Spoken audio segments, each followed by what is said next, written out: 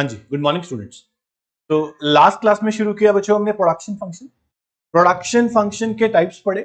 Production function के types के अलावा पढ़ा हमने बच्चों शॉर्ट रन, लॉन्ग रन, उसके बाद fixed factors and variable factors. ये 3-4 छोटे छोटे टॉपिक्स हमने पढ़े। उसके अलावा कॉब डुगलास प्रोडक्शन फंक्शन भी पढ़ा।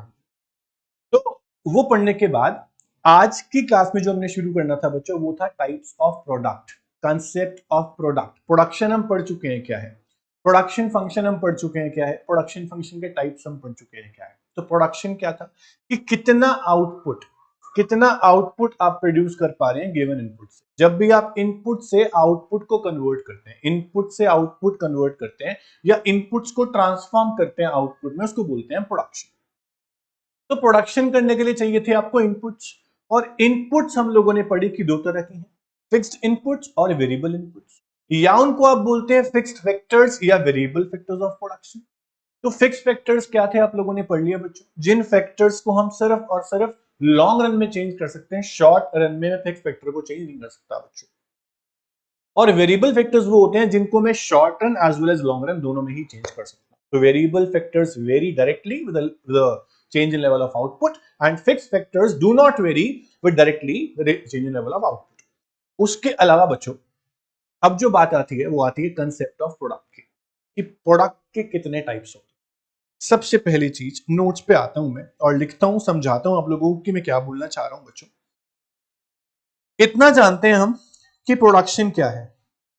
अब मैं प्रोडक्शन को फर्दर 3 कैटेगरी में डिवाइड कर सकता हूं, जिन्हें बोल रहा हूं मैं concept of product. Concept of product simple. तो प्रोडक्ट को बच्चा मैं 3 टाइप्स में डिवाइड करूंगा। मैं प्रोडक्ट को 3 टाइप्स में डिवाइड करूंगा। सबसे पहले टोटल प्रोडक्ट, जिसे बोल सकते हैं हम बच्चों टीपी, और टीपीपी टोटल फिजिकल प्रोडक्ट। दूसरा मार्जिनल प्रोडक्ट, जिसको बोलूंगा मैं एमपी या फिर एमपीपी, मार्जिनल फिजिकल प्रोडक्ट। तीसरा एवरेज प्रोडक्ट, जिसको बोलूंगा मैं एपी या फिर एपीपी, एवरेज फिजिकल प्रोडक्ट। तो बच्चों एवरेज प्रोडक्ट, एपी या फिर एपीपी है। इन तीनों कॉन्सेप्ट को बड़े ही ध्यान से और आराम से समझेंगे बच्चा। TP total product, MP marginal product, AP average product. So what is total product? बच्चों देखो हम अभी बात कर रहे हैं कि हम शॉर्ट रन में जो प्रोडक्शन करते हैं, तो शॉर्ट रन हो या लॉन्ग रन हो, जब भी हम प्रोडक्शन करते हैं शॉर्ट रन में या फिर लॉन्ग रन में, हम ये देखते हैं कि हमने कितनी इनपुट से कितनी आउटपुट बनाई। मान लीजिए मुझे 100 यूनिट्स ऑफ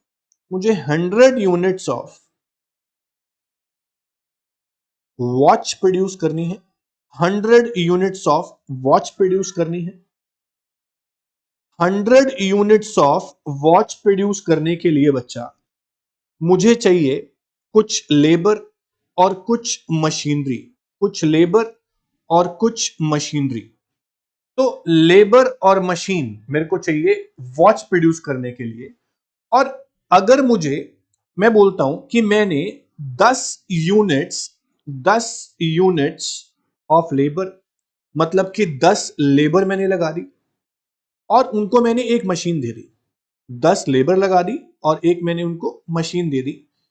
तो 10 लेबर और एक मशीन से मैं total 100 units of watch produce कर पा रहा हूं। 100 यूनिट्स ऑफ वॉच मैं प्रोड्यूस कर पा रहा हूं। This is my total production, total product by total units of variable factors और कुछ फिक्स फैक्टर।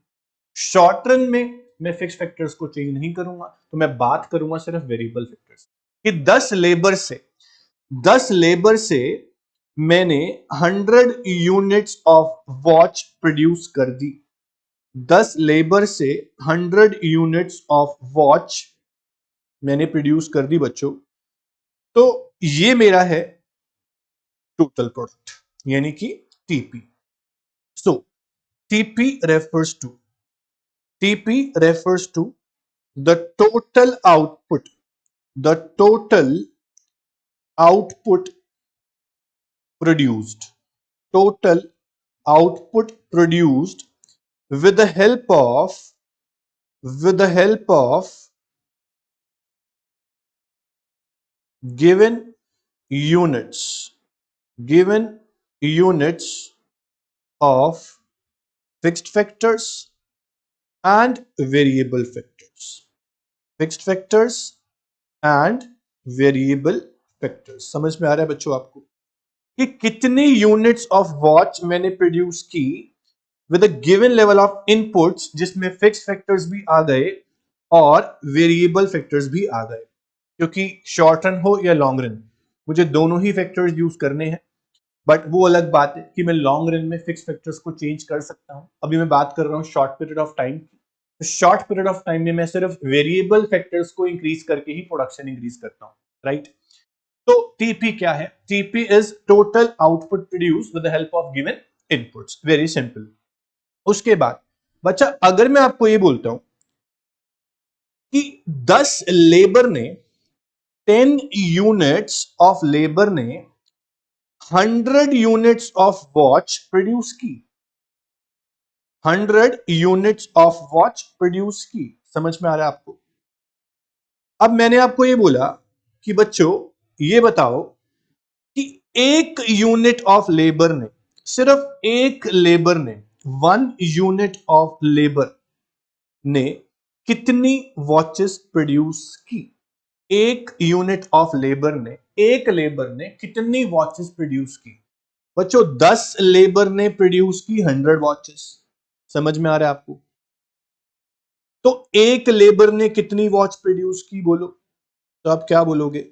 सर जितना भी टोटल आउटपुट प्रोड्यूस हुआ उसको डिवाइड कर दो नंबर ऑफ लेबर से, मतलब कि 100 वॉचेस डिवाइड बाय 10 लेबर। तो एक लेबर ने सर 10 वॉचेस प्रोड्यूस की। समझ में आया? एक लेबर ने 10 वॉचेस प्रोड्यूस की। इसको आप क्या बोलेंगे? बोलो, क्या इसको क्या बोलेंगे बच्चों? क्या इसको आप टोटल प्रोडक्ट बोलोगे? नहीं। क्या इसको आप मार्जिनल बोलोगे? Change, additional? नहीं, इसको आप बोलोगे पर यूनिट। तो it refers to the per unit of total product, per unit of total product की एक यूनिट ऑफ वेरिएबल फैक्टर ने कितना बनाया उसको बोलेंगे हम एवरेज प्रोडक्ट या फिर average physical product. What is AP? AP refers to the per unit of total output produced by 1 unit of variable factor, कि एक वेरिएबल फैक्टर की हेल्प से आप कितना प्रोडक्शन कर सकते हो वो अगर आप निकाल रहे हो तो वो है बच्चों आपका एवरेज। जब भी बात होगी एवरेज की किसी भी टॉपिक में, चाहे वो कॉस्ट हो, चाहे वो प्रोडक्शन हो, चाहे वो revenue, average means per unit. ठीक है, एक यूनिट की बात हम करते हैं। तो एपी और टीपी समझ में आता है बच्चों आपको? अब मैं आपको एक बात बताता हूं। मैंने बोला average product is equals to, average product is equals to total product divide by number of labour.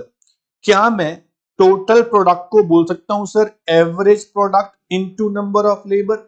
Sir obvious बिल्कुल बोल सकता हूं, क्योंकि मैं फॉर्मूला से डिराइव करके आ रहा हूं। एपी इंटू लेबर करूंगा तो टीपी भी आ जाएगा, क्रॉस मल्टीप्लीकेशन कर दिया मैंने।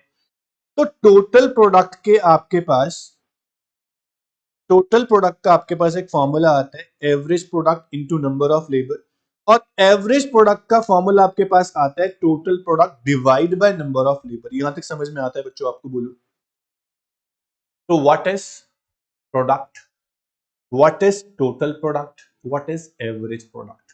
समझ में आ गया आपको? एक बार नोट्स पे आते हैं बच्चों, ध्यान से सुनना। सो प्रोडक्शन, प्रोडक्शन या प्रोडक्ट या आउटपुट रेफर्स टू कितना वॉल्यूम हमने प्रोड्यूस किया, उसे हम बोलते हैं प्रोडक्ट या फिर आउटपुट या फिर प्रोडक्शन। ये हमने बात कर ली। अब प्रोडक्ट को यानी कि आउटपुट को आप तीन तरह से, तीन एंगल से देख सकते हो। वो क्या है? टोटल प्रोडक्ट, एवरेज प्रोडक्ट और मार्जिनल प्रोडक्ट। सबसे पहले टोटल प्रोडक्ट की बात हमने कर ली, उसके बाद मैंने एवरेज प्रोडक्ट की बात कर ली। अब मैं बात करूंगा मार्जिनल प्रोडक्ट की। पहले मैंने ये एक्सप्लेन किया, फिर ये एक्सप्लेन किया, अब मैं इसको एक्सप्लेन करूंगा बच्चों। सबसे पहले देखो आप कि व्हाट इज टोटल प्रोडक्ट। बहुत सिंपल है, ध्यान से सुनना बच्चों। Total product refers to total quantity of goods produced by a firm during a given period of time with the help of given inputs। अब inputs की बात कर रहा हूं तो यहां पर मैं लेबर की बात भी कर सकता हूं और मैं कैपिटल की बात भी कर सकता हूं। ठीक है, दोनों की हेल्प से मैंने प्रोड्यूस किया। पर शॉर्ट टर्म में अगर मैं बात करूं तो शॉर्ट टर्म में मैं सिर्फ वेरिएबल फैक्टर्स को इंक्रीज करता हूं, तो मैं सिर्फ लेबर की बात कर सकता हूं। मान लीजिए बच्चों 10 लेबर ने 60 केजी ऑफ राइस प्रोड्यूस किए, तो टोटल प्रोडक्ट है 60 KG with the help of 10 units of labour. बहुत सिंपल है। In the short run a firm can expand TP by increasing only the variable factors. इसीलिए बार बार मैं labour labour को बोल रहा हूं, मैं फिक्स फैक्टर की बात ही नहीं कर रहा, मैं उसे चेंज ही नहीं कर सकता बच्चों। ठीक है, तो उसके बाद हम ये कह सकते हैं कि total product is also known as TPP, total physical product. इस पे क्वेश्चन बन सकता है, ध्यान से सुनना। टोटल रिटर्न या टोटल आउटपुट। उसके बाद हम बात करते हैं बच्चों एवरेज प्रोडक्ट की। What is average product? Simple है कि एक लेबर ने एक यूनिट, एक single unit of variable factor ने कितना प्रोडक्शन किया। So average product refers to the output per unit of variable input. अभी हमने बोला कि 10 लेबर ने 60 केजी ऑफ राइस प्रोड्यूस किए, या उससे पहले मैंने एग्जांपल लिया कि 10 लेबर ने 100 यूनिट ऑफ वॉच प्रोड्यूस की। इसी तरह से एग्जांपल ले रहा हूं कि 10 लेबर ने 60 किलो चावल, 60 केजी राइस प्रोड्यूस किए, तो एक लेबर ने कितना किया बच्चों? आप सीधे सीधा बोल देते हो सर एक लेबर ने कितना किया। मैं टोटल प्रोडक्ट को डिवाइड करता हूं नंबर ऑफ लेबर से, 60 केजी ऑफ राइस को डिवाइड करता हूं 10 लेबर से, तो एक लेबर ने 6 किलो चावल बनाया। सर समझ में आ रहा है आपको? तो AP can be obtained through TP divided by number of labor। Very simple formula, TP divided by number of labor is the formula for average product। बहुत सिंपल है बच्चों, यहां कोई डाउट आपको नहीं आना चाहिए। तो AP into number of labor can also be called TP, total product। समझ में आता है बच्चों आपको ये बात?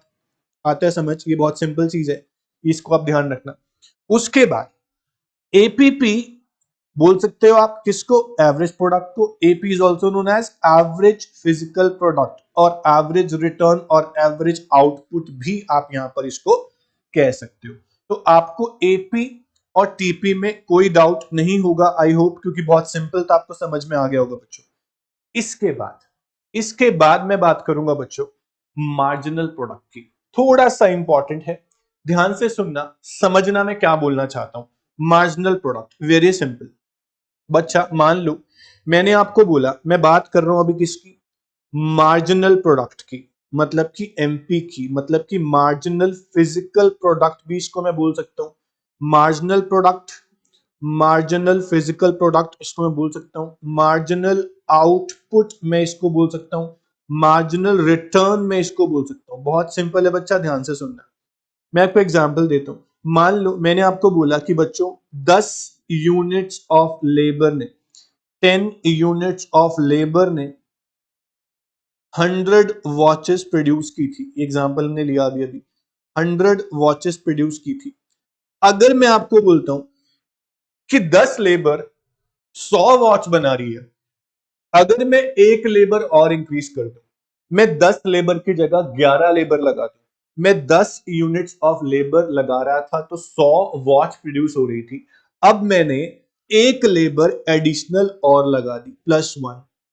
एक लेबर और लगाने से मतलब कि 11 यूनिट्स, 11 यूनिट्स ऑफ लेबर जब प्रोडक्शन कर रही है, तो ऑब्वियसली बात है कि वॉच का प्रोडक्शन बढ़ेगा बच्चों। 100 तो नहीं रहेगा, जो एक लेबर एक्स्ट्रा लगी है उसका कुछ तो रिजल्ट होगा, कुछ तो आउटपुट होगा बच्चों, खाली तो बैठेगी नहीं वो लेबर। तो 11 यूनिट ऑफ लेबर जब लगी, तो मान लीजिए बच्चों आपका प्रोडक्शन 108 यूनिट्स हो गया। मान लीजिए 108 यूनिट, 108 यूनिट्स। तो आपने क्या देखा कि एक लेबर और एक्स्ट्रा लगाने से आपका 8 यूनिट्स का प्रोडक्शन और बढ़ गया। मेरी बात समझ रहे हो कि एक लेबर और एडिशनल लगाने से आपका 8 यूनिट्स का प्रोडक्शन और बढ़ गया।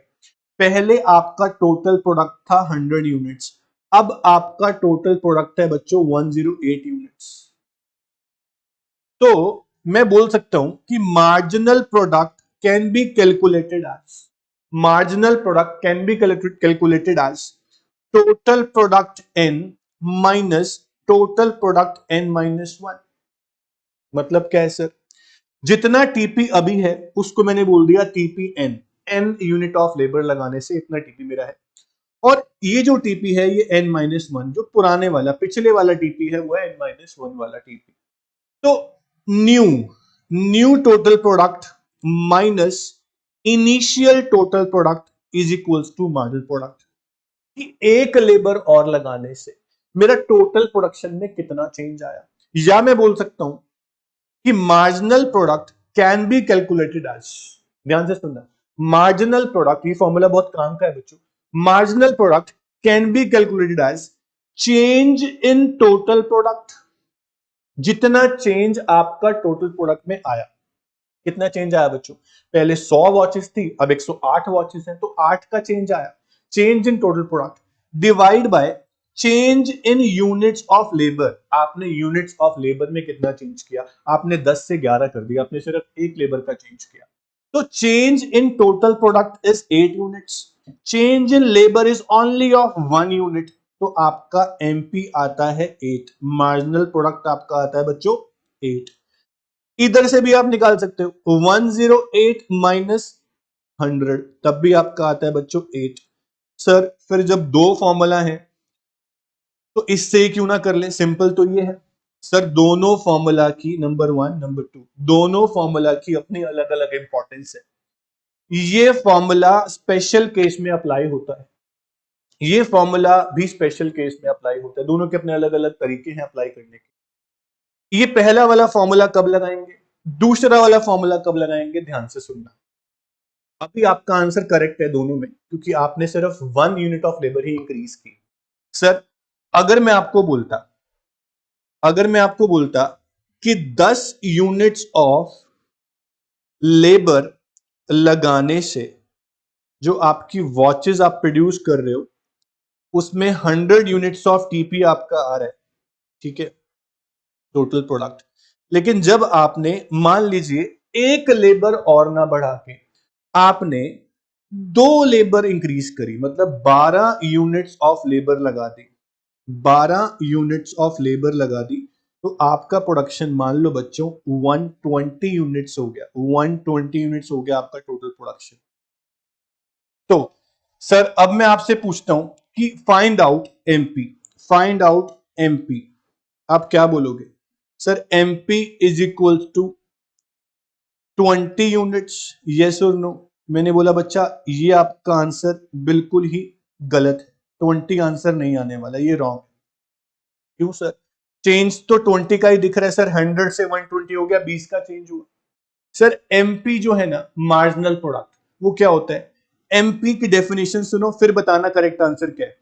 It refers to, it refers to the change in TP, यानी change in total product, change in TP by by employment of, by employment of one more, मैं क्या लिख रहा हूं बच्चों, वन मोर यूनिट ऑफ,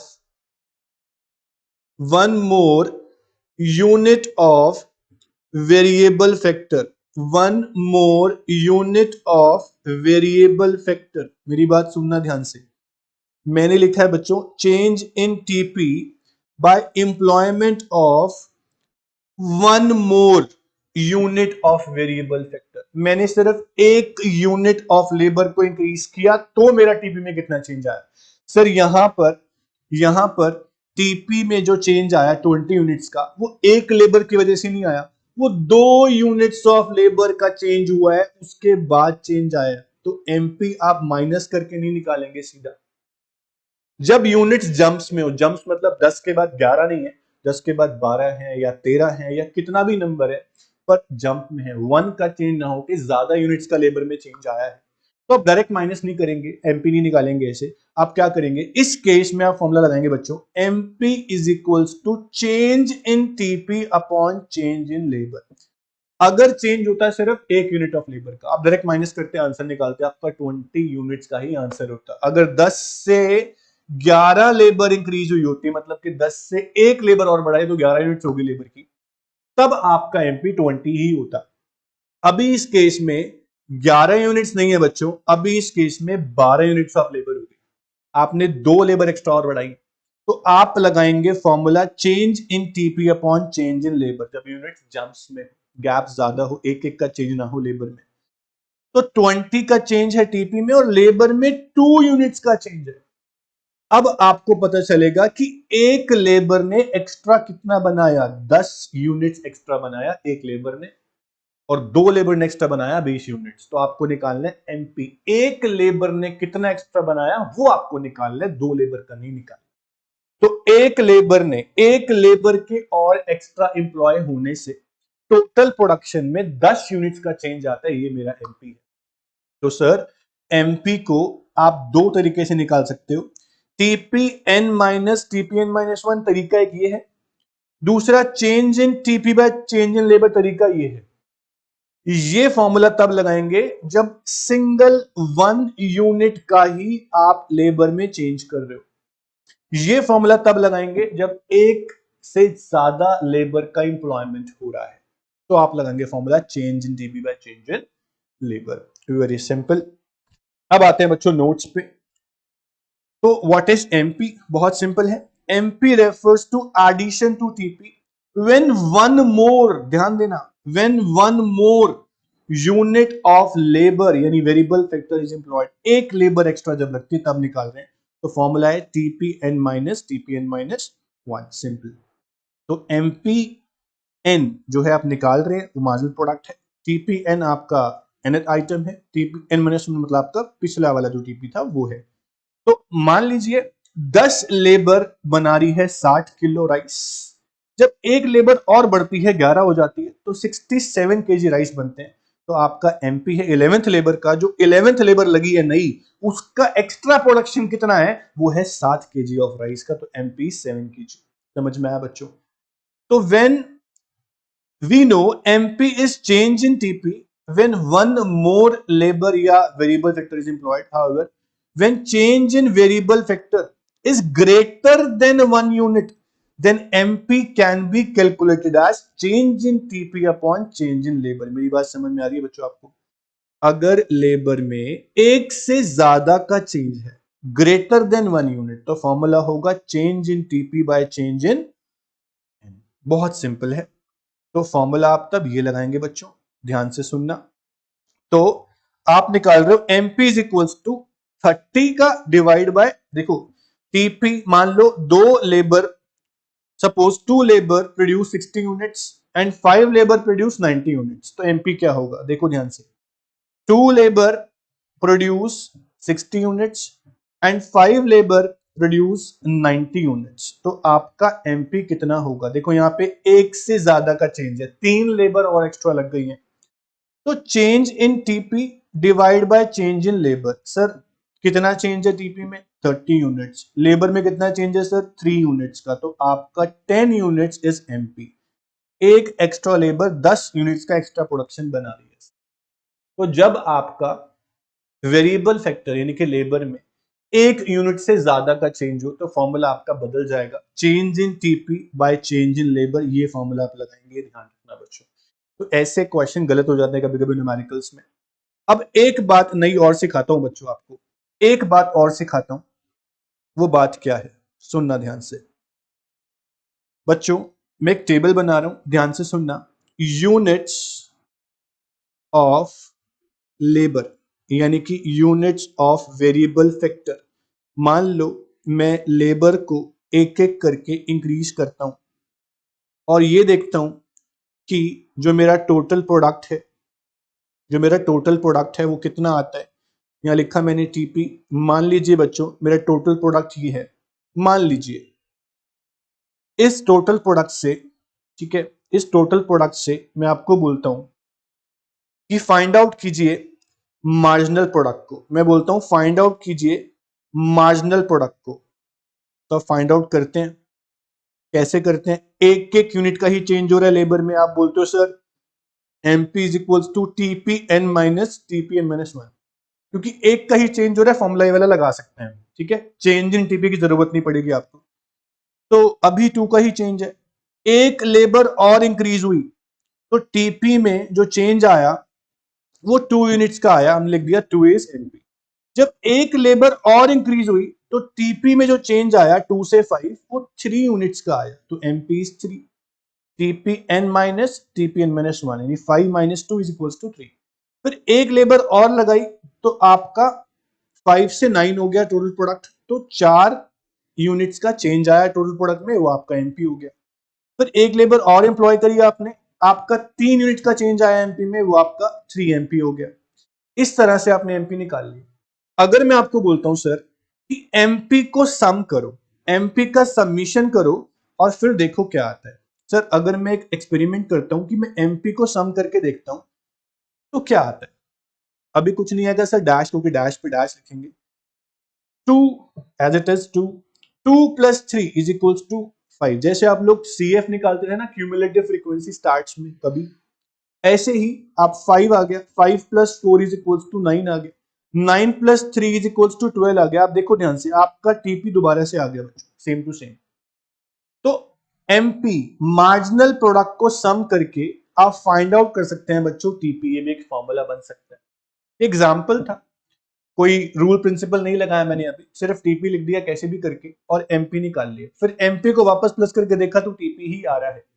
तो बच्चों जितना एक यूनिट एक्स्ट्रा लेबर लगाने से टीपी के अंदर चेंज आता है वो तो एमपी होता है, और उसी मार्जिनल प्रोडक्ट को आप सम कर दो, सबमिशन कर दो, आपका टीपी आ सकता है। तो एक फॉर्मूला बन गया हमारे पास कि submission of TP, sorry submission of MP is equals to total product. तो TP is submission of MP, आप ध्यान रखेंगे बच्चों, भूलेंगे नहीं कि एमपी का सम करेंगे तो आपको टोटल प्रोडक्ट मिल सकता है, ये आप ध्यान रखें। तो आपके पास 3-4 फॉर्मूला बन गए बच्चों कि एमपी का सम टीपी होता है, और एमपी कैसे निकालते हो आपको अच्छे से पता चल गया बच्चों कि टीपी एन माइनस 1, अगर एक एक लेबर एक्स्ट्रा लग रही हो तो, अगर एक लेबर से ज्यादा इंप्लॉय कर रहे हो आप लेबर को, तो आप फॉर्मूला लगाते हैं एमपी का, change in TP divide by change in labour. तो एमपी के 2 फॉर्मूले हैं और टीपी के भी 2 फॉर्मूले हैं। टीपी के 2 फॉर्मूले क्या है बच्चों? एक तो था average product into number of labour, ये आपको अच्छे से याद होगा, अभी किया था हमने। और एक फॉर्मूला और है बच्चों, सबमिशन ऑफ एमपी। तो आप टीपी के 2 फॉर्मूले याद रखें, एमपी के भी 2 फॉर्मूले याद रखें। एवरेज प्रोडक्ट का एक ही फॉर्मूला है, total product divide by number of labour, that's it. तो कॉन्सेप्ट ऑफ प्रोडक्ट हमारा टॉपिक था, स्टार्टिंग से हमने शुरू किया बच्चों आज, वो था कंसेप्ट ऑफ प्रोडक्ट। तो कंसेप्ट ऑफ प्रोडक्ट में आपने क्या सीखा कि प्रोडक्ट क्या होता है, कितना वॉल्यूम, कितना आउटपुट हमने प्रोड्यूस किया, और कंसेप्ट ऑफ प्रोडक्ट में अंदर पड़ा कितने टाइप्स होते हैं। टीपी है सर टोटल प्रोडक्ट, एपी है एवरेज प्रोडक्ट, एमपी है मार्जिनल प्रोडक्ट। टीपी क्या होता है sir? Total output produce with help of given inputs. हम लेबर की बात कर रहे हैं क्योंकि शॉर्ट रन में हम बात कर रहे हैं, तो शॉर्ट रन में हम फिक्स फैक्टर को इंक्रीज नहीं करते, हम शॉर्ट रन में टोटल प्रोडक्शन जो इंक्रीज करते हैं वो सिर्फ वेरिएबल फैक्टर्स को इंक्रीज करके ही कर सकते हैं, ठीक है। तो लेबर को हम लेके चल रहे हैं हमेशा। तो टीपी इज इक्वल्स टू, हम बोल सकते हैं कि जितना टोटल आउटपुट प्रोड्यूस हुआ गिवन यूनिट्स ऑफ लेबर की मदद से। फिर पढ़ा हमने व्हाट इज एवरेज प्रोडक्ट, तो एक यूनिट ऑफ लेबर ने कितना बनाया, टोटल प्रोडक्ट को डिवाइड कर दिया नंबर ऑफ लेबर से, एक यूनिट ऑफ लेबर का प्रोडक्शन आ गया कितना हुआ, उसे बोलेंगे हम एपी। फिर पढ़ा हमने मार्जिनल प्रोडक्ट की, एक लेबर एक्स्ट्रा लगाने से टोटल प्रोडक्ट में कितना चेंज आया, टीपी एन माइनस 1। एक लेबर से ज्यादा लेबर आप इंप्लॉय कर रहे हो, उसके बाद देखोगे आपके एमपी कितने हैं, तो आप फॉर्मूला लगाओगे change in TP divide by change in labour, that's it. एक नया पॉइंट सीखा कि एमपी को सम करके भी, एमपी को टोटल करके, एमपी को जोड़ के, क्यूमुलेट करके टीपी आ सकता है टोटल प्रोडक्ट। तो submission of MP is equal to TP हमने पढ़ लिया बच्चों, यहां तक आपको समझ में आ गया होगा। अब उसके बाद इस चैप्टर का, इस टॉपिक का मोस्ट मोस्ट इंपॉर्टेंट टॉपिक होता है लॉ ऑफ वेरिएबल प्रोपोर्शन, जिसको आप बोलते हो law of returns two factor. आपने पढ़ा था बच्चों शॉर्ट रन प्रोडक्शन फंक्शन क्या होता है, जहां पे एक फैक्टर फिक्स्ड होता है, बाकी वेरिएबल है। हम एक फैक्टर को चेंज कर रहे हैं, बाकी फिक्स रख रहे हैं, ऐसा आप बोल सकते हो। तो आप फिक्स फैक्टर्स को फिक्स रखते हैं, वेरिएबल फैक्टर को चेंज करते हैं, ऐसा आप बोल सकते हो। उस केस में जो फैक्टर्स के चेंज होने का प्रोपोर्शन है, जो रेशियो है, वो डिफरेंट था। तो उस केस में जो प्रोडक्शन की लॉ होगी, उस लॉ का नाम क्या होगा बच्चों? उस लॉ का नाम होगा law of return to factor, या फिर law of variable proportion. Return to factor क्यों? कि फैक्टर को लगाने से, कौन सा फैक्टर? एक फैक्टर को चेंज कर रहे हो, बाकी आपके फिक्स्ड है, उसके बाद टीपी का बिहेवियर क्या है। या फिर law of variable proportion. What is variable proportion? जब फैक्टर्स, फैक्टर्स कौन से? फिक्स्ड और वेरिएबल, दोनों फैक्टर्स का जो प्रोपोर्शन है वो वेरिएबल नेचर का है, 1:1, 1:2, 1:3, उसके बाद जो आउटपुट का बिहेवियर है उसको आप स्टडी करना चाहते हो, उसके लिए पढ़ना आपको लॉ ऑफ वेरिएबल प्रोपोर्शन। मेरी बात समझ में आ रही है कि शॉर्ट रन में प्रोडक्शन की लॉ का नाम क्या है? लॉ ऑफ वेरिएबल प्रोपोर्शन, या फिर law of returns two factor. तो अब हम शुरू करेंगे most most important topic, law of variable proportions या फिर रिटर्न टू फैक्टर। मेरी बातों को बहुत ज्यादा ध्यान से सुनना बच्चों, बहुत ज्यादा ध्यान से, बहुत ध्यान से नहीं, बहुत ज्यादा ध्यान से। क्यों? क्योंकि टॉपिक बहुत इंपॉर्टेंट है। टॉपिक का नाम क्या है बच्चा? Law of variable proportion. Law of variable proportion या फिर law of returns two factor. Law of returns two factor. ये लॉ कौन से टाइम पीरियड में ऑपरेट होती है सर? तो आप बोलोगे शॉर्ट रन। शॉर्ट रन की लॉ ऑफ प्रोडक्शन का नाम होता है law of variable proportion. Sir law of production जो है ना, वो दो तरीके की है। लॉ ऑफ प्रोडक्शन दो तरीके की है, एक शॉर्ट रन में और एक लॉन्ग रन में। जो law of production long run में होती है उसका नाम होता है सर रिटर्न्स टू स्केल। क्या नाम है? रिटर्न्स टू स्केल, जहां पे फैक्टर्स का जो प्रोपोर्शन है वो कांस्टेंट रहता है। लेकिन अभी हम लोग पढ़ रहे हैं law of return to factor, यानी कि लॉ ऑफ वेरिएबल प्रोपोर्शन पढ़ने जा रहे हैं। इसको हम बाद में करेंगे, इसको अभी हम नहीं पढ़ रहे बच्चों, ठीक है? इस पे ध्यान देना कि हम पढ़ने जा रहे हैं लॉ ऑफ वेरिएबल प्रोपोर्शन या law of returns two factor. तो लॉन्ग रन की लॉ बाद में पढ़ेंगे, अभी हम पढ़ेंगे कौन सी लॉ? शॉर्ट रन की लॉ। तो शॉर्ट रन में जो लॉ ऑफ प्रोडक्शन है उसका नाम है law of variable proportion returns to factor. ध्यान से सुनना, रिटर्न्स टू फैक्टर या फिर लॉ ऑफ वेरिएबल प्रोपोर्शन। शुरू करते हैं बच्चों law of variable proportion. Very simple है, समझना ध्यान से। लॉ ऑफ वेरिएबल प्रोपोर्शन, नाम से ही दिख रहा है कि जो फैक्टर्स के चेंज होने का प्रोपोर्शन है वो वेरिएबल है, बदलता रहता है। कैसे बदलता है, क्यों बदलता है, ध्यान देना। सबसे पहले आपको ये बताऊंगा बच्चों कि units units of fixed factor, मैंने यहां लिखा units of fixed factor.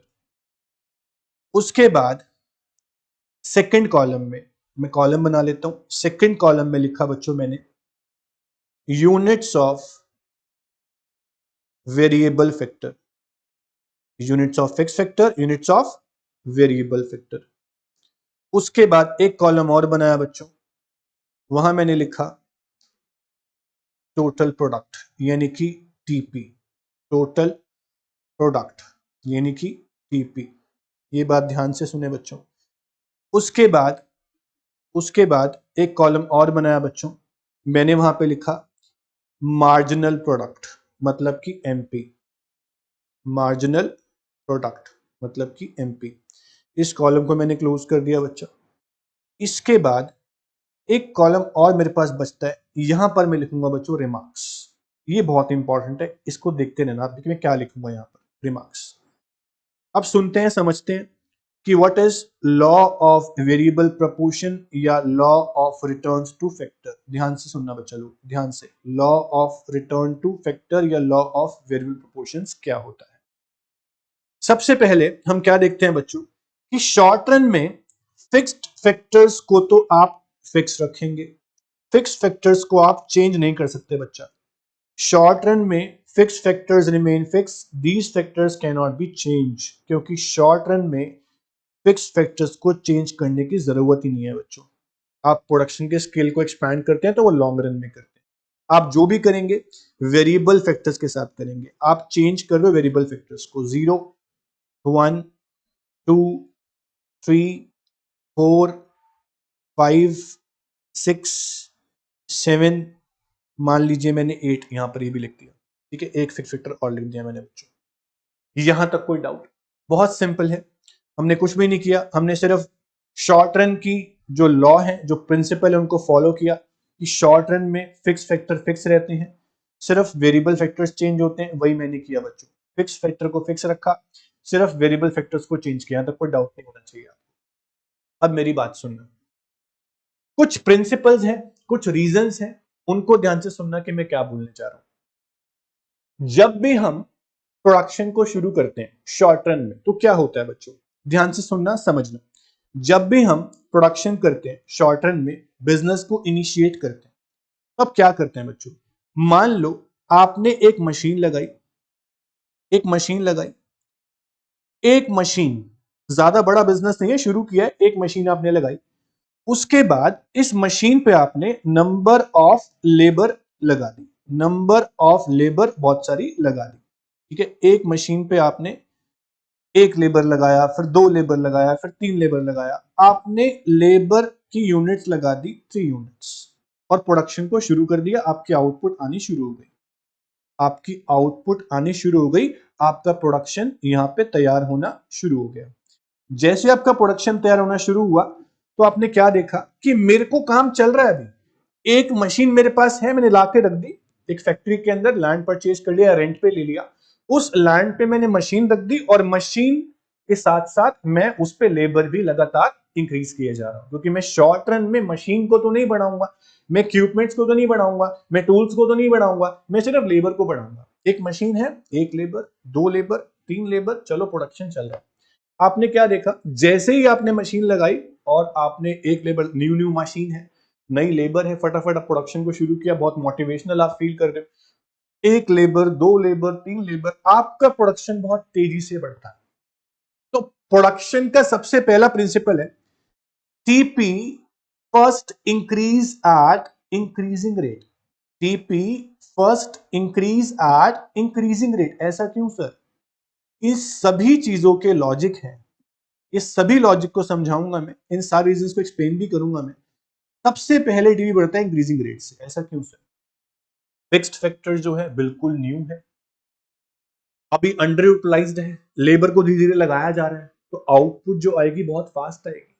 Labour भी आप डिवाइड कर रहे हो, लेबर का डिवीजन कर रहे हो, जो काम लेबर को मिलना चाहिए उसको आप काम दे रहे हो, आप स्पेशलाइज तरीके से वर्क डिवाइड कर रहे हो। डिवीजन ऑफ लेबर समझते हो ना क्या होता है, कि लेबर को हमने डिवाइड कर दिया अपने स्पेशलाइज वर्क में, तो अपने स्पेशलाइज वर्क में आप लेबर को डिवाइड कर रहे हो, लेबर वही काम कर रही है जो उसको अच्छे से आता है, तो आपकी आउटपुट बहुत तेजी से आएगी बच्चों। शुरू की फर्स्ट स्टेज में ऐसा ही होता है, TP first increase at increasing rate, ठीक है। तो आपका टीपी सबसे पहले बढ़ेगा सर इंक्रीजिंग रेट से, पहला प्रिंसिपल मालूम हो गया। उसके और रीजन क्या है सर, वो तो बताओ बच्चों। लॉ ऑफ वेरिएबल प्रोपोर्शन की टेबल बनाने के बाद, डायग्राम बनाने के बाद, आपको समझाने के बाद मैं समझाऊंगा रीजंस कि हर स्टेज का रीजन है। स्टेज क्या होता है sir? Sir law of variable proportion को आप 3 स्टेज में डिवाइड करेंगे, number 1, number 2 and number 3। Law of variable proportion को सर मैं 3 स्टेजेस में डिवाइड करूंगा, first stage, second stage and third stage. First stage में क्या हो रहा है बच्चा? फर्स्ट स्टेज में प्रोडक्शन शुरू हुआ है, न्यू मशीन सेटअप हुई है, धीरे धीरे एक एक करके लेबर को लगा रहे हो, 1 + 2 + 3, 3-4 लेबर आपने लगा दी बच्चों। आपका प्रोडक्शन स्टार्टिंग में स्टेज 1 में बड़े इंक्रीजिंग फास्ट रेट से होगा, जल्दी जल्दी आउटपुट आएगी, कोई दिक्कत नहीं आने वाली। तो आपका प्रोडक्शन जो है बच्चों इंक्रीजिंग रेट से बढ़ेगा। अब मैं आपको लॉजिक पे लेके आता हूं। एक मशीन आपने लगाई, एक मशीन लगाई, बट नो लेबर, लेबर तो है ही नहीं, लेबर नहीं है, खाली मशीन रखी हुई, प्रोडक्शन तो होगा नहीं बच्चा, तो आपका प्रोडक्शन यहां पे होगा जीरो। समझ में आ रहा है? जीरो। अब मैंने बोला आपने एक मशीन पे एक लेबर और लगाई, फिर एक और लगाई, फिर एक और लगाई, आपका प्रोडक्शन तेजी से बढ़ना शुरू होगा इंक्रीजिंग रेट से। What is increasing rate? Zero से मान लो आपने एक लेबर और लगाई, आपका प्रोडक्शन हो गया 2 यूनिट्स का सर। एक मशीन एक लेबर, रेशो आ रहा है 1:1। समझ में आ रहा है आपको? एक लेबर एक मशीन, प्रोडक्शन हो गया आपका 2 यूनिट्स का। फिर एक ही मशीन पे आपने एक लेबर और लगा दी, लेबर को 2 कर दिया, अब आपका रेशियो हो गया 1:2। और जो आपका प्रोडक्शन है बच्चा, मान लो वो हो गया 5 यूनिट्स का। आपका प्रोडक्शन बढ़ा पहले 2 यूनिट से, फिर बढ़ रहा है अब 3 यूनिट से, एक लेबर और आपने लगा दी बच्चों, 3 यूनिट्स ऑफ लेबर, आपका रेशियो आ गया 1:3। अब आपका प्रोडक्शन बच्चों 9 यूनिट्स हो गया। तो अब क्या देख रहे हैं कि आपका जो टीपी है पहले 2 से बढ़ा, फिर 3 से बढ़ा, फिर 4 से बढ़ा। This is called increasing rate. Difference देखो, गैप देखो बढ़ रहा है टीपी के अंदर, पहले 2 का डिफरेंस है, फिर 3 का डिफरेंस है, फिर 4 का डिफरेंस है। तो टोटल प्रोडक्ट का पहला प्रिंसिपल, शॉर्ट रन में टोटल प्रोडक्ट का पहला प्रिंसिपल यही है कि TP first increase at increasing rate, 2 से, फिर 3 से, फिर 4 से। उसके बाद क्या होगा सर? कभी भी ऐसा नहीं होता कि हमेशा ही आपका प्रोडक्शन इंक्रीजिंग रेट से बढ़ता रहे। अगर ऐसा होता होता तो सारी इंडस्ट्रीज तो बिल्कुल बहुत तेजी से प्रोडक्शन कर रही होती, हर कंट्री का जीडीपी बहुत पीक पे चल रहा होता। तो क्या होता है बच्चों, एक लिमिट होती है, एक लिमिट होती है कि मशीन पे आपने एक लेबर लगाई, 2 लेबर लगाई, 3 लेबर लगाई, अब आप 4 भी लगाओगे, 5 भी लगाओगे, लेकिन मशीन की भी अपनी एक कैपेबिलिटी है। आपका प्रोडक्शन, आपकी जो मशीन दे रही है, जो लेबर दे रही है, वो हमेशा इंक्रीजिंग रेट से तो नहीं होगा। उसके बाद क्या होता है कि फैक्टर्स जो होते हैं आपस में सब्स्टिट्यूट नहीं हो पाते, या फिर हम बोलते हैं कि फैक्टर्स का यूटिलाइजेशन जो है वो ऑप्टिमम पहुंच गया, पहले अंडर यूटिलाइज थे, अब फुल यूटिलाइज हो गए फैक्टर्स। जब फैक्टर्स फुल यूटिलाइज होते हैं या ऑप्टिमम यूटिलाइज होते हैं ना, तो प्रोडक्शन बहुत तेजी से नहीं बढ़ता, प्रोडक्शन डिक्रीजिंग रेट से बढ़ता है। अब भीड़ हो गई है मशीन पे, एक मशीन पे एक लेबर थी, कोई दिक्कत नहीं है, 2 लेबर है, खुला खुला चल रहा है, कोई दिक्कत नहीं है, आराम से, कंजेस्टेड भी कुछ नहीं है, बड़े आराम से चल रहा है। 3 लेबर हो गई, कोई दिक्कत नहीं है, अब 4 हो गई, 5 हो गई, 6 हो गई, एक मशीन घिर चुकी है 6-7 लेबर से। अब रॉ मटेरियल भी उठाना है, टूल्स भी यूज करने हैं, बहुत सारी लेबर हो गई है, अब दिक्कतें आनी शुरू हो जाएंगी थोड़ी थोड़ी। तो प्रोडक्शन में जो स्मूथनेस थी वो अब नहीं है जो पहले थी। तो सेकंड स्टेज में क्या होता है कि प्रोडक्शन बढ़ता तो है, देखो लेबर बढ़ाएंगे प्रोडक्शन तो बढ़ेगा, लेकिन वो बात नहीं रही जो स्टेज 1 में थी, जब सिर्फ 3 लेबर थी, कोई दिक्कत नहीं, आराम से जो यूज करना है करिए, प्रोडक्शन करिए। लेकिन अब लेबर बढ़ रही है, सबको रिसोर्स चाहिए, सबको इक्विपमेंट यूज करने हैं, सबको टूल यूज करने हैं, आपस में एक्सचेंज होगा, बातें होंगी, तो कहीं ना कहीं प्रोडक्शन जो है वो धीरे से बढ़ेगा। तो मैं बोलना चाहता हूं कि production increase at decreasing rate now. Total production का दूसरा रूल, सर पहला रूल क्या था? Increasing rate. दूसरा रूल क्या है? Now TP will increase at decreasing rate. अब आपका टोटल प्रोडक्शन डिक्रीजिंग रेट से बढ़ने वाला है। कौन से रेट से? Decreasing rate. सेकेंड स्टेज में क्या होता है? TP will increase at diminishing rate, decreasing rate से बढ़ेगा सर। कौन से रेट से? डिमिनिशिंग रेट से, या आप बोल सकते हो डिक्रीजिंग रेट से बढ़ेगा, क्योंकि अब स्टेज 1 जैसी बात नहीं है, लेबर को और इंप्लॉय कर दिया गया है, अब मशीन के ऊपर लेबर बढ़ती जा रही है, तो कहीं ना कहीं प्रोडक्शन जो है वो धीरे से बढ़ेगा। मान लो आपका प्रोडक्शन पहले 2 से बढ़ा, फिर 3 से बढ़ा, फिर 4 से बढ़ा, अब दोबारा 4 से या 5 से नहीं बढ़ेगा, फॉलिंग रेट से बढ़ेगा। मान लो मैंने लिखा यहां पे बच्चों 12, आपका प्रोडक्शन अब बढ़ रहा है फिर से 3 यूनिट से, एक लेबर और लगा दिया आपने, आपका रेशियो हो गया 1:5, अब आपका प्रोडक्शन 2 यूनिट से बढ़ रहा है, मान लो 14 यूनिट्स हो गया। ठीक है, तो आपका प्रोडक्शन अब डिक्रीजिंग रेट से बढ़ रहा है बच्चों। कौन से रेट से? डिक्रीजिंग रेट से। तो आप क्या देख रहे हो? 2 से बढ़ा, 3 से बढ़ा, 4 से बढ़ा, अब फिर से 3 से बढ़ा, अब 2 से बढ़ रहा है, एक लेबर और आपने लगा दी, अब आपका प्रोडक्शन सिर्फ 1 यूनिट से बढ़ा। तो देखो डिफरेंस, देखो यहां 3 से, फिर यहां 2 से, अब यहां 1 से। अब एक लिमिट ऐसी आती है, अब एक सिचुएशन ऐसी आती है स्टेज 2 में ही, कि आपने जितने लेबर लगानी थी एक मशीन पे, यार एक मशीन काफी बड़ी मशीन है, उस मशीन के चारों तरफ लेबर काम कर रही है, मशीन बहुत बड़ी होती है, बहुत सारे काम मशीन पे हो जाते हैं, ऐसी बड़ी बड़ी मशीनें होती हैं, आपको पता होगा बच्चों इंडस्ट्रीज के अंदर। तो उस एक मशीन पे कोई ना कोई लिमिट तो होगी कि इतनी लेबर लग सकती है, उसके बाद लेबर को आप नहीं लगा सकते, इस मशीन के ऊपर कोई काम ही नहीं है। तो एक मशीन पे मान लो बच्चों, एक मशीन पे मान लो कि 7 लेबर ही इंप्लॉय हो सकती है। एक मशीन के ऊपर सिर्फ 7 लेबर ही काम कर सकती है। 8 भी लगाओगे तो फायदा नहीं होगा, वो 7 को और दिक्कत देगी। तो बाकी 7 है उनको, उनके साथ और भीड़ कर देगी, उनको और काम नहीं करने देगी 8वीं लेबर। तो एक मशीन पे मान लो 7 लेबर की ही कैपेसिटी है। तो एक मशीन पे 7 लेबर लगाने से जो आउटपुट आती है, उससे ज्यादा आउटपुट तो नहीं आ सकती बच्चों। उससे ज्यादा आउटपुट तो आ ही नहीं सकती, क्योंकि एक मशीन पे 7 लेबर की कैपेसिटी है, 7 लगा दिया आपने, अब प्रोडक्शन कैसे बढ़ाओगे? अब बोलोगे सर मशीन एक और ले लेंगे, वो लॉन्ग रन की बात होगी। हम बात कर रहे हैं शॉर्ट रन की। मशीन एक और ले ली तो हमने फिक्स फैक्टर को चेंज कर दिया। अभी हम क्या कर रहे हैं? फिक्स फैक्टर को फिक्स दे रखना। तो आप क्या कर रहे हैं? एक मशीन पे 7 लेबर भी लगा दी सर, तो अब आपके आउटपुट में कोई इंक्रीज ही नहीं हुआ, जितनी थी उतनी ही है। इसका मतलब कि अब मशीन की कैपेसिटी जो है वो फुल हो चुकी है। अब एक मशीन पे 7 लेबर से एक्स्ट्रा लेबर और नहीं लग सकती। सर क्यों नहीं लग सकती? लगा दो एक और। सर एक और लगा दी, आपने ओवर यूटिलाइज कर दिया एक फिक्स फैक्टर को, ओवर एम्प्लॉयमेंट ऑफ लेबर कर दिया, तो आपका प्रोडक्शन बढ़ने की जगह कम हो जाएगा यार, क्योंकि आपने लेबर को फालतू में एक्स्ट्रा लगा दिया, जरूरत भी नहीं थी। तो वो लेबर जो एक्स्ट्रा आएगी उन 7 को परेशान और करेगी, जो 7 लगे हुए हैं काम कर रहे हैं ऑलरेडी, उनसे बात करेगी, उनको ऐसे ऐसे होगा, मशीन के ऊपर होगा ना। तो एक मशीन पे मैक्सिमम 7 लेबर लगा दिया। 8वीं भी लगाते हो, 8वीं भी लगाते हो, आपका प्रोडक्शन फॉल हो सकता है बच्चों, आपका प्रोडक्शन फॉल हो सकता है। इसीलिए बोलते हैं कि सेकंड स्टेज पे आने के बाद आप और लेबर को एम्प्लॉय ना करें। समझ गए होंगे आप कि एक रैशनल प्रोड्यूसर कौन सी स्टेज में ऑपरेट करेगा।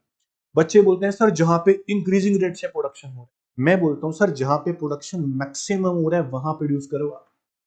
आपकी आउटपुट मैक्सिमम आ रही है वहां पे जहां एक मशीनरी और 7 लेबर है, ये आपके लिए बेस्ट कॉम्बिनेशन है, ये आपके लिए ऑप्टिमम कॉम्बिनेशन है, यहां आपको प्रोडक्शन मैक्सिमम मिलेगा। तो इस तरह से हमने क्या किया बच्चों, टीपी के रूल्स याद किए कि TP first increase at increasing rate, पहला रूल। दूसरा, then increase at decreasing rate. तीसरा रूल, एक सिचुएशन ऐसी आएगी जहां पे टीपी आपका मैक्सिमम पहुंच जाएगा, TP reaches to its maximum level, TP आपका मैक्सिमम पहुंच जाएगा। उसके बाद भी अगर आप लेबर को इंक्रीज करते हो तो वो थर्ड स्टेज है, उसमें आपका टीपी फॉल होना शुरू हो जाएगा, टीपी विल फॉल। तो मैं इस टेबल में स्टेजेस को डिवाइड कैसे करता हूं, आप ध्यान से सुनना। अभी हम क्या करते हैं बच्चों, स्टेज डिवाइड करने से पहले मार्जिनल प्रोडक्ट को फाइंड आउट करते हैं, एमपी को फाइंड आउट करते हैं, और ये देखते हैं कि कौन सी स्टेज में एमपी का क्या बिहेवियर है। ठीक है, तो फर्स्ट स्टेज में क्या था बच्चा, फर्स्ट स्टेज में आपका टीपी इंक्रीजिंग रेट से था। कहां तक था देखो, सबसे पहले अगर आप एमपी निकालें तो टीपी 0 है, एमपी कुछ भी नहीं आएगा, आप डैश लिखेंगे। एमपी का फॉर्मूला होता है बच्चा टीपी n-1, तो आपका टीपी है 2 और पुराना वाला टीपी है 0, तो 2 minus 0 is equal to 2, 5 minus 2 is equal to 3, 9 minus 5 is equal to 4, 12 minus 9 is equal to 3, 14 minus 12 is equal to 2, 15 minus 14 is equals to 1, 15 minus 15 is equals to 0, 14 minus 15 is equals to -1। अब MP निकालने के बाद, marginal product निकालने के बाद आप आसानी से लॉ ऑफ वेरिएबल प्रोपोर्शन, जो टेबल आपके सामने बनी है, इसको आप 3 स्टेज में डिवाइड कर सकते हैं। कैसे? हाउ, सुनिए। जहां तक आपका एमपी बढ़ रहा है, ये 2 3 4 यहां तक बढ़ रहा है, जहां तक एमपी बढ़ रहा है वहां तक आपकी स्टेज 1 है, जहां तक आपका मार्जिनल प्रोडक्ट इंक्रीजिंग है वहां तक आपकी स्टेज 1 है। तो आप इधर एक छोटा सा डिवाइड कर सकते हैं कि यहां तक आपकी स्टेज 1 हो गई सर, जहां तक आपका एमपी इंक्रीज हो रहा है, वेरी सिंपल, ये स्टेज आपकी 1 हो गई बच्चा। उसके बाद अगर आप देखें, अगर आपका एमपी फॉल हो रहा है 3210, जहां आपका टीपी मैक्सिमम पहुंच गया वहां तक आपकी स्टेज 2 रहेगी बच्चा, ये आप याद रखिएगा। जहां तक आपका टीपी मैक्सिमम पहुंच गया और एमपी 0 हो गया, वो आपकी स्टेज 2 रहेगी बच्चा। तो स्टेज 1 और स्टेज 2, बची हुई जो है वो स्टेज 3 होगी बच्चों। ये स्टेज 3 हो गई। मैंने लिखा यहां पर, मैंने लिखा फेज 1 या फिर स्टेज 1। इस स्टेज में क्या देखा हम लोगों ने? इस स्टेज में ये देखा कि आपका एमपी इंक्रीज हो रहा है और आपका जो टोटल प्रोडक्ट है वो इंक्रीजिंग रेट से इंक्रीज हो रहा है। तो मैं इस स्टेज को नाम दूंगा इंक्रीजिंग रिटर्न्स टू फैक्टर, क्योंकि पूरी लॉ का नाम क्या है? Returns two factor. तो स्टेज का नाम क्या है? Increasing returns. ऐसा क्यों सर? क्योंकि आपका एमपी इंक्रीज हो रहा है। आप एमपी से आइडेंटिफाई करेंगे आपकी स्टेज का नाम क्या होगा? Increasing return to factor, IRF, increasing return to factor. Second stage में देखो बच्चों क्या हो रहा है। सेकेंड स्टेज में आपका एमपी फॉल हो रहा है और टीपी भी डिक्रीजिंग रेट से बढ़ रहा है, फॉलिंग रेट से बढ़ रहा है, एमपी डिक्रीज हो रहा है। इसको बोलूंगा phase 2, diminishing returns to factor या फिर डिक्रीजिंग रिटर्न्स टू फैक्टर। बहुत सिंपल है सर, बहुत simple. Diminishing returns two factor, बड़ा आसान। स्टेज 2। अब स्टेज 3 में क्या हुआ सर? आपका एमपी तो नेगेटिव चला गया और टीपी भी फॉल हो गया, तो इसको आप बोलोगे phase 3, negative returns two factor. Negative returns two factor, बहुत ही आसान। तो लॉ ऑफ वेरिएबल प्रपोर्शन को हम लोगों ने बच्चा 3 स्टेज में डिवाइड कर लिया। First stage, second stage and third stage. First stage का नाम था इंक्रीजिंग रिटर्न्स टू फैक्टर, क्योंकि आपका टीपी इंक्रीजिंग रेट से बढ़ रहा था और आपका एमपी इंक्रीज हो रहा था, तो increasing returns two factor. Second stage में आपका टीपी डिक्रीजिंग रेट से बढ़ रहा था, आपका एमपी फॉल हो गया, तो डिक्रीजिंग रिटर्न टू फैक्टर। उसके बाद थर्ड स्टेज में आपका टीपी फॉल हो गया, एमपी नेगेटिव चला गया, तो डिक्रीजिंग रिटर्न टू फैक्टर। आप क्या देख रहे हो? टीपी आपका फॉल हो गया थर्ड स्टेज में और मार्जिनल प्रोडक्ट नेगेटिव चला गया, तो सर थर्ड स्टेज में क्या होता है? थर्ड स्टेज में आपका टीपी फॉल होता है और मार्जिनल प्रोडक्ट आपका नेगेटिव चला जाता है। मार्जिनल प्रोडक्ट आपका नेगेटिव चला जाता है, ये बात ध्यान रखें। अब स्टेज 1, स्टेज 2, स्टेज 3, तीनों को देखते हुए मैं लॉ ऑफ वेरिएबल प्रोपोर्शन को कैसे एक्सप्लेन कर सकता हूं, कैसे डिफाइन कर सकता हूं, बच्चों ध्यान से सुनना। तो मैं बताऊंगा आपको meaning of law of variable proportion. Meaning of law of variable proportion, LVP, या फिर law of returns two factor. ठीक है, अब सुनना, इसको मैं कैसे डिफाइन करता हूं, नोट्स पे आते हैं बच्चों। सो returns to factor refers to the resultant increase in TP। TP का क्या रिजल्ट है? जब सिर्फ एक ही फैक्टर को आप इंक्रीज करते हो, बाकी को कांस्टेंट रखते हो, सिर्फ लेबर को बढ़ा रहे, बाकी सब कांस्टेंट है। तो law of variable proportion is one of the most important law of production. It shows the nature of rate of change in output। TP कौन कौन से रेट से चेंज होता है? पहले इंक्रीजिंग रेट से, फिर डिक्रीजिंग रेट से। आपको रट गया होगा बच्चों। उसके बाद हम बोलते हैं कि law of return to factor को आप बोल सकते हो लॉ ऑफ वेरिएबल प्रोपोर्शन, ठीक है, या फिर रिटर्न टू वेरिएबल फैक्टर। अब इसका मीनिंग क्या है? अब सुनना ध्यान से कि मैं डिफाइन कर रहा हूं, ये डेफिनेशन है, किसकी डेफिनेशन है? मीनिंग है लॉ ऑफ वेरिएबल प्रोपोर्शन का मीनिंग क्या है सर? फटाफट बता दो। अब सुनो, जो स्टेज आपने बनाई, जो स्टेज आपने देखी टेबल के अकॉर्डिंग, उसी को मैं एज इट इज यहां लिख दूंगा।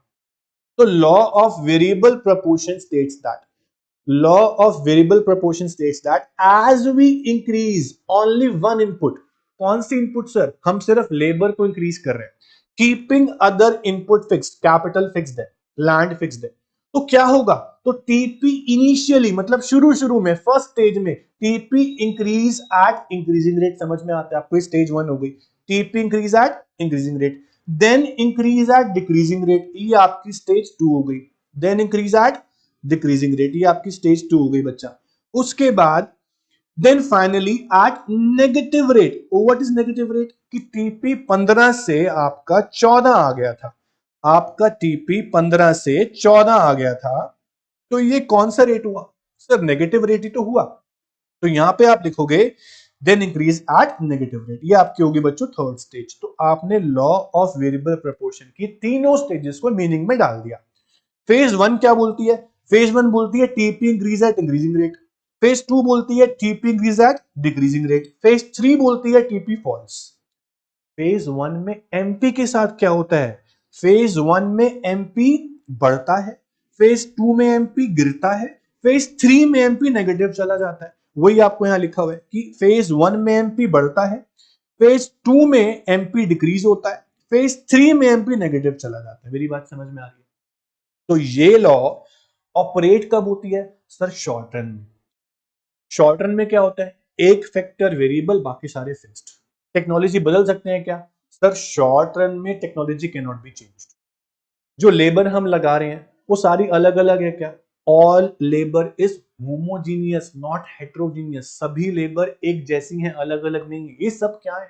ये सब अजम्पशंस हैं। एक अजम्पशन और है कि लेबर को और कैपिटल को जो आप चेंज कर रहे हो, आप सिर्फ उनमें से एक चेंज कर रहे हो, लेबर, कैपिटल को चेंज नहीं कर रहे। जब लेबर को चेंज कर रहे हो, कैपिटल फिक्स्ड है, यानी वेरिएबल फैक्टर चेंज कर रहे हो, फिक्स फैक्टर फिक्स्ड है, तो जो रेशियो है वो कैसा है? वो डिफरेंट प्रपोर्शन है, वेरिएबल प्रपोर्शन। ये भी क्या है? अजम्पशन है सर। तो अजम्पशन कहां लिखी है सर? अजम्पशन यहां लिखी है sir. Assumption of law of variable proportion, simple assumption है। ये लॉ शॉर्ट रन में ऑपरेट होती है, पहली अजम्पशन। ये लॉ अप्लाई होती है ऑल फिक्स्ड फैक्टर्स के साथ, इंक्लूडिंग लैंड ऑल्सो, क्योंकि लैंड भी लगेगा, प्रोडक्शन करेंगे तो मशीन भी लगेगी, सब कुछ लगेगा।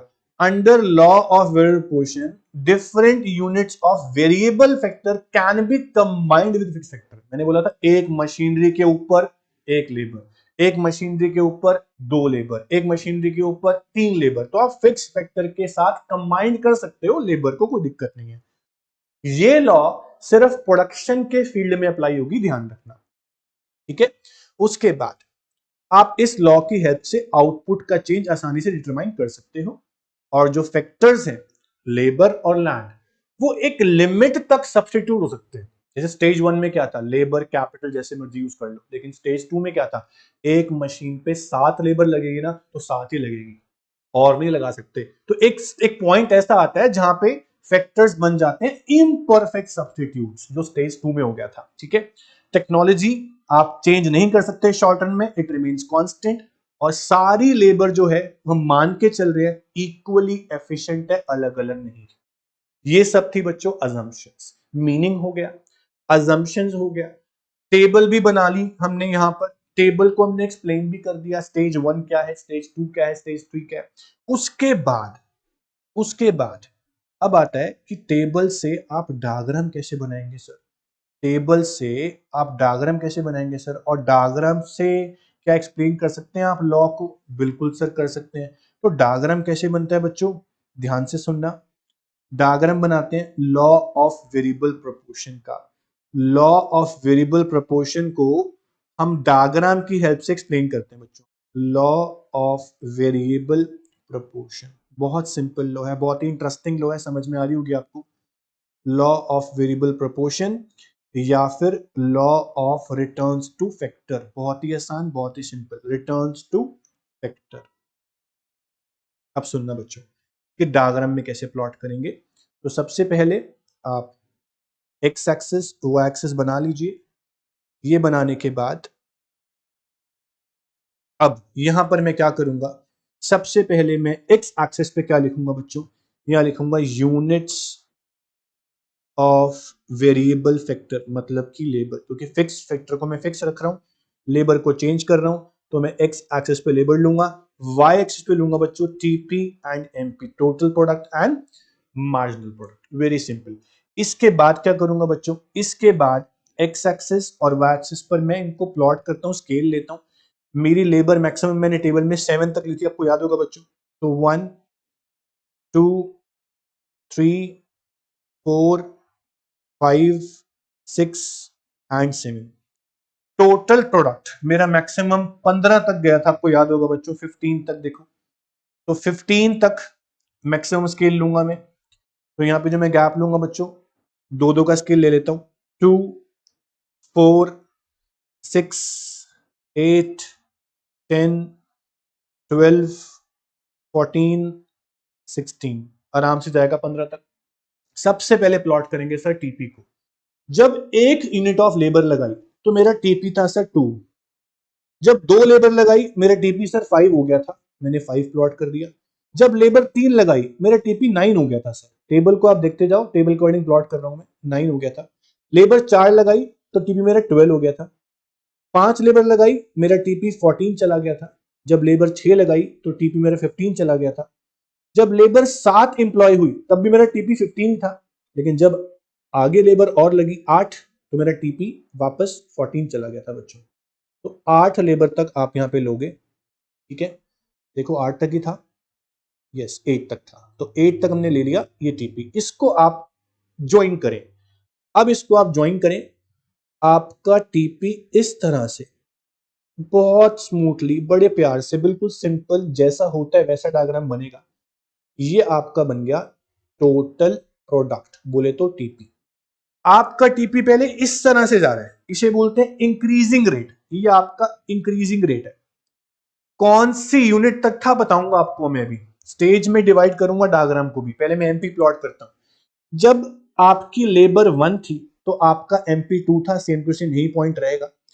आपकी जब लेबर 2 थी तो आपका एमपी 3 था बच्चों, 3, ये 3 पे प्लॉट कर दिया। जब लेबर 3 थी तो आपका एमपी 4 भी गया था, ठीक है। उसके बाद फिर से 3 चला गया था 4 लेबर पे, फिर 2 चला गया था 5 पे, फिर 1 चला गया था 6 पे, और 7 पे 0 चला गया था एमपी, और 8 पे तो -2 चला गया। तो -2 आप नेगेटिव में लेंगे यहाँ पर, -1 सॉरी, -2 नहीं -1, ठीक है। तो आपका एमपी यहाँ पे -1 आप दिखा सकते हो 8 यूनिट पे। इसको आप ज्वाइन करेंगे तो आपको मिलेगा बच्चा एमपी, ठीक है। ये आपका हो गया मार्जिनल प्रोडक्ट। 7 यूनिट पे आपका एमपी जो है लिख सकते हैं आप एमपी इक्वल टू 0, ठीक है। और लास्ट में 8 पे जो है नेगेटिव चला गया आपका एमपी, ये लिख सकते हैं। अब ये डायग्राम बन गया हमारे सामने। अब हम स्टेज 1 देखते हैं कि स्टेज 1 कहां तक थी सर। आपकी स्टेज 1 टेबल में देखें आप, टेबल में आपकी जो स्टेज 1 थी बच्चों, वो 3rd यूनिट ऑफ लेबर तक थी, 3rd यूनिट ऑफ लेबर तक। तो आप 3 पॉइंट पे स्टेज 1 तक स्टॉप कर देंगे, और सेकंड स्टेज आपकी 7 यूनिट पे खत्म हो गई थी। 7 यूनिट ऑफ लेबर पे सेकंड स्टेज खत्म हो गई थी। तो 3 और 7 दो पॉइंट हमारे पास आ गए, 3 एंड 7। तो हम क्या करेंगे बच्चों, 3 पे ये आपकी स्टेज 1 खत्म होती है, इसको आप नाम दे देंगे, ये पॉइंट ए हो गया आपका, ठीक है। और ये आपका पॉइंट मान लो सी हो गया बच्चों। 7th पॉइंट पे आपकी स्टेज 2 खत्म होती है, इसको आप पॉइंट बी नाम दे देंगे बच्चा, इसको आप नाम डी दे देंगे। तो स्टेज 1, दिस इज फेज 1, जिसमें आपका टीपी इंक्रीजिंग रेट से बढ़ रहा है और एमपी भी आपका बढ़ रहा है बच्चों, आपको दिख रहा होगा। स्टेज 2 में ये आपके फेज 2 है बच्चा। फेज 2 में आपका टीपी डिक्रीजिंग रेट से धीरे धीरे बढ़ रहा है और आपका एमपी फॉल हो रहा है। ये स्टेज 2 है, एमपी क्या हो रहा है, फॉल हो रहा है। स्टेज 3 में, ये फेज 3 है जो फेज 2 के बाद वाला पोर्शन है, यहाँ आपका टीपी फॉल हो रहा है और एमपी आपका नेगेटिव चला गया। टीपी क्या हो रहा है, फॉल, एमपी क्या चला गया, नेगेटिव। ये फेज 3 है बच्चा। एक बात ध्यान से सुनना, जो ये पॉइंट ए देख रहे हो, पॉइंट ए को बोलूंगा मैं point of inflection, point of inflection, XION, point of inflection. ये क्या होता है point of inflection? Point of inflection वो पॉइंट होता है बच्चा जहां पे आपका स्टेज 1 खत्म होता है और स्टेज 2 शुरू होता है। जब स्टेज 1 खत्म होता है तो आपका एमपी जो होता है ना, एमपी वो अपने मैक्सिमम पॉइंट पे होता है। MP is maximum. जब आपका एमपी मैक्सिमम हो उसे आप बोल देंगे पॉइंट ऑफ इन्फ्लेक्शन। आपका एमपी यहाँ पे 4 होगा बच्चों, ध्यान से देखना टेबल में। यूनिट 3 ऑफ लेबर पे आपका एमपी 4, सबसे हाईएस्ट पॉइंट एमपी का, उसे बोलते हैं point of inflection. Sir MP maximum हो सकता है तो टीपी भी मैक्सिमम हो सकता है। आपका टीपी मैक्सिमम 15 था, वो था यहां पर, टीपी इज मैक्सिमम। जब टीपी मैक्सिमम होगा उसको आप पॉइंट ऑफ इन्फ्लेक्शन नहीं बोलेंगे, उसको बोलेंगे point of saturation. Point of saturation जब आपका टीपी मैक्सिमम है। जब टीपी मैक्सिमम होता है ना, तो देखो ध्यान से नीचे आओ, आपका एमपी 0 होता है, तो एमपी 0 को भी बोल सकते हैं पॉइंट ऑफ सैचुरेशन। और पॉइंट ऑफ इन्फ्लेक्शन को आप और बोल सकते हैं point of curvature. Why sir, why curvature, क्योंकि आपका जो कर्व है टीपी का, उसका जो नेचर है, उसका जो रेट है यहाँ पे चेंज हो गया। पहले इंक्रीजिंग रेट से था टिल पॉइंट ए पॉइंट के बाद वो डिक्रीजिंग रेट से हो गया। तो ए पॉइंट पे कर्व का जो रेट है बदल गया। जिस पॉइंट पे कर्व का रेट बदल जाता है, टीपी का इंक्रीजिंग रेट से डिक्रीजिंग रेट पे हो गया, उसको बोलेंगे आप पॉइंट ऑफ कर्वेचर या पॉइंट ऑफ इन्फ्लेक्शन। मेरी बात फिर से सुनना बच्चों, पॉइंट ऑफ इन्फ्लेक्शन क्या है, मैं लिखता हूं यहां पर, पॉइंट ऑफ इन्फ्लेक्शन क्या है? पॉइंट ऑफ इन्फ्लेक्शन वो पॉइंट है जहां पे आपका एमपी मैक्सिमम है, ठीक है, और आपका टीपी रेट चेंज कर रहा है। इसी को हम बोल सकते हैं point of curvature. Point of saturation क्या होता है सर? जहां पे आपका टीपी मैक्सिमम है और एमपी जीरो है, ये पॉइंट ऑफ सैचुरेशन होता है। That's it. तो आपने डायग्राम में क्या देखा? स्टेज 1, स्टेज 2, स्टेज 3, तीन स्टेज बन गई। तीनों स्टेज में क्या दिख रहा है कि फर्स्ट स्टेज में टीपी बढ़ता है इंक्रीजिंग रेट से और एमपी भी बढ़ता है। सेकंड स्टेज में क्या हो रहा है? टीपी बढ़ता है डिक्रीजिंग रेट से और एमपी फॉल होता है। थर्ड स्टेज में क्या होता है? टीपी फॉल होता है, एमपी नेगेटिव चला। तो इस सारी बातों को यहां नोट्स में समझाया है क्या? देखो ध्यान से, इन सारी बातों को नोट्स में समझाया है क्या? सर नोट्स में टेबल थोड़ी सी अलग है, जो मैंने बनाई उसे आप नोट कर लेना, ठीक है, और ध्यान से समझना। बात वही है, कैसी भी बना लो डायग्राम टेबल, आप डायग्राम वैसा ही बनेगा जैसे होता है। तो डायग्राम में आपका स्टेज 1 है, स्टेज 2 है, स्टेज 3 है, पॉइंट ऑफ इन्फ्लेक्शन है, पॉइंट ऑफ सैचुरेशन बोलेंगे इसको, ठीक है, पॉइंट ऑफ सैचुरेशन, जहां पे टीबी आपका मैक्सिमम है और एमपी आपका जीरो है, ये पॉइंट ऑफ सैचुरेशन है। उसके बाद बच्चों, उसके बाद फेज 1 में क्या होता है? फेज 1 में आपका टीपी बढ़ता है इंक्रीजिंग रेट से और आपका एमपी जो है वो बढ़ रहा होता है। आपका एमपी जो है वो बढ़ रहा होता है, ठीक है। एमपी की बात करेंगे तो एमपी बोलेंगे कि वो बढ़ रहा है सर। उसके बाद ये एमपी राइजेस। फेज 2 में क्या होता है सर? फेज 2 को बोलते हैं diminishing returns two factor. Phase 2 में क्या होता है? टीपी बढ़ता है डिक्रीजिंग रेट से और आपका जो एमपी होता है बच्चा, आपका जो एमपी होता है वो फॉल होता है। एमपी क्या होता है? फॉल होता है, ये लिखा होगा यहाँ पर, ठीक है। तो स्टेज 2 जहां पे एंड होती है, जहां पे स्टेज 2 एंड होती है, उसको बोलते हैं हम क्या? Point of saturation. क्यों सर, ऐसा कहां बताया आपने? बच्चों देखो, जहां स्टेज 2 एंड हो रही है, यहां पे एंड हो रही है स्टेज 2, तो इसको आप क्या बोलेंगे? Point of saturation. जहां स्टेज 1 एंड होती है, उसको बोलते हो पॉइंट ऑफ इन्फ्लेक्शन। ये बातें आपको पता होनी चाहिए बच्चों, ठीक है। उसके बाद स्टेज 3 में क्या होता है सर? स्टेज 3 में क्या होता है कि आपका एमपी नेगेटिव चला जाता है, ठीक है, और टीपी आपका डिक्लाइन होता है। कोई भी प्रोड्यूसर, कोई भी प्रोड्यूसर स्टेज 3 में ऑपरेट करना नहीं चाहेगा, क्योंकि स्टेज 3 में आपका मार्जिनल प्रोडक्शन भी नेगेटिव चला गया, आपका टोटल प्रोडक्शन भी फॉल हो रहा है। तो मैं तो स्टेज 3 में ऑपरेट नहीं करूंगा। स्टेज 1 या स्टेज 2, दो ऑप्शन आपके पास है, उनमें से भी आप क्या बोलोगे? सर मैं तो बोलूंगा स्टेज 2। क्यों? क्योंकि स्टेज 2 के अंदर क्या होता है? स्टेज 2 को हम क्या बोलते हैं? स्टेज 2 को हम बोलते हैं बच्चा फेज ऑफ ऑपरेशन। क्या बोलते हैं? बोलो, फेज ऑफ ऑपरेशन बोलते हैं स्टेज 2 को। क्यों? क्योंकि स्टेज 2 में आपका टीपी सबसे ज्यादा मैक्सिमम चला गया था। स्टेज 2 में आपका टीपी सबसे ज्यादा मैक्सिमम गया था। और स्टेज 2 में जो फिक्स्ड फैक्टर्स हैं, वेरिएबल फैक्टर के साथ ऑप्टिमम यूटिलाइज होते हैं, ना अंडर यूटिलाइज ना over utilise. Stage 2 is the best stage for production.